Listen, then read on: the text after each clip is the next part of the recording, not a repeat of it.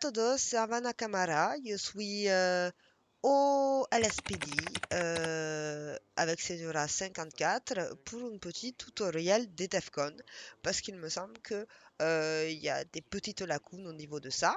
Vous comme moi, nous n'avons pas très bien compris comment ça fonctionnait et Seniora 54 va nous expliquer.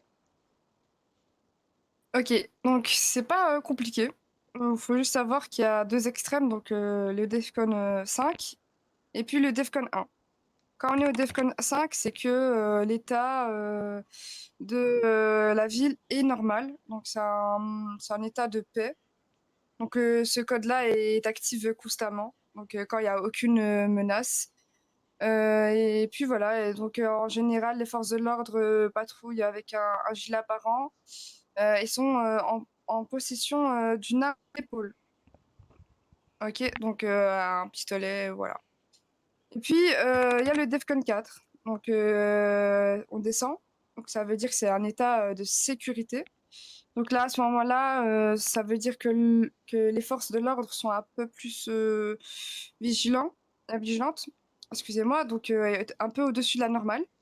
Donc les mesures de sécurité donnent lieu alors à un armement un peu plus lourd. À ce moment-là, ben, les armes d'épaule peuvent être sorties et les palpations de sécurité peuvent être effectuées sur tous les citoyens. Alors que dans le DEFCON 5, les palpations de sécurité ne peuvent pas être effectuées sans raison valable. Ensuite, DEFCON 3. À partir de ce moment-là, c'est que les DEFCON vraiment commencent à devenir un peu graves. C'est un état d'urgence. Donc à ce moment-là, les mesures de sécurité donnent lieu à un armement encore plus lourd que d'habitude. Les forces de l'ordre donc sont occupées de gilets pare-balles comme d'habitude apparents. Et là, à ce moment-là, ben, c'est des armes de poing apparentes, des armes d'épaule aussi, qui sont dans le sac à dos et ou dans le coffre. Et à ce moment-là, dès qu'il y a une menace, on peut directement palper. Ensuite, le DEFCON 2, c'est un état d'alerte. Donc les forces de l'ordre sont très fortement renforcées. Il y a une tenue spéciale pour ça. Donc on a un casque, des lunettes spéciales. On peut porter un masque. On a donc le gilet qui est au-dessus d'une combinaison toute noire. Et voilà. Donc à ce moment-là, toute fouille est autorisée. Donc, c'est pas comme dans les autres DEFCON où il faut quand même une petite raison valable. Là, c'est vraiment une fouille. Si la personne paraît suspecte, ben, on a le droit. Et à ce moment-là, ben, le DEFCON 2 peut être mis que si je pense que une personne du gouvernement ou de la LCPD, enfin, une personne des forces de l'ordre a été touchée. Puis il y a le DEFCON 1, donc c'est un état de guerre. Là, c'est très très rare. Vous allez peut-être presque jamais voir ce DEFCON, sauf si l'état de la ville est vraiment très très très très très grave.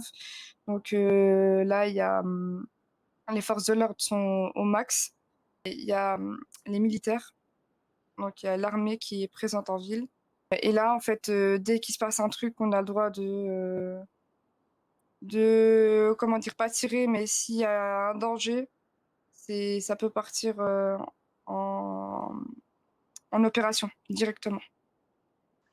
Alors, si j'ai bien compris, señorita, DEFCON 5, on est tranquille. C'est la playa, les vacaciones, tout le monde est bien. Et DEFCON 1, c'est la mierda, on est confiné chez nous. Ah, c'est ça, c'est la merde. Il y a tout. Il y a l'armée, il y a tout. D'accord. Donc, ne pas sortir en DEFCON 1, por favor. Voilà, c'est ça. Faut pas faire de merde en ville, sinon on passe très très vite de Defcon et puis ça commence à être la merde. Ah, muy bien. La mierda. Bon, je pense qu'on a très bien compris. Apparemment, le tutoriel était très bien fait. Moi, ça m'a éclairé sur tout ce qui se passe en DEFCON, parce que j'avais pas bien compris, et je suppose que vous non plus. Et si vous ne saviez pas, ben maintenant vous savez. Allez, besos todos!